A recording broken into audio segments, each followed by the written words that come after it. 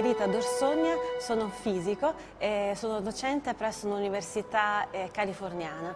Inquinare e contaminare le nostre falde acquifere mentre si scava. Siccome vanno a portare forti squilibri al sottosuolo e siccome nessuno conosce esattamente bene le conformazioni morfologiche del sottosuolo, questo potrebbe, ripeto, causare degli squilibri, dei dissestamenti che qualche volta potrebbero anche trasformarsi in scosse sismiche.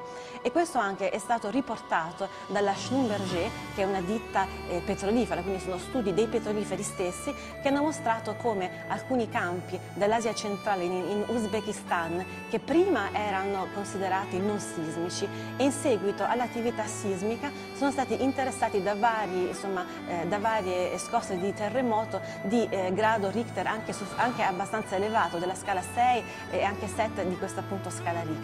Lì erano fortunati perché, ripeto, non c'erano molte persone che vivevano in quella zona lì e quindi bisogna pensare che questo rischio portato invece in una zona d'Italia potrebbe avere con sé anche delle conseguenze diciamo così gravi. E ripeto, questo fu uno studio portato avanti da geologi russi, sponsorizzato, pagato, approvato dalla Schlumberger, che è una ditta petrolifera. Quindi un altro rischio di cui tenere presente.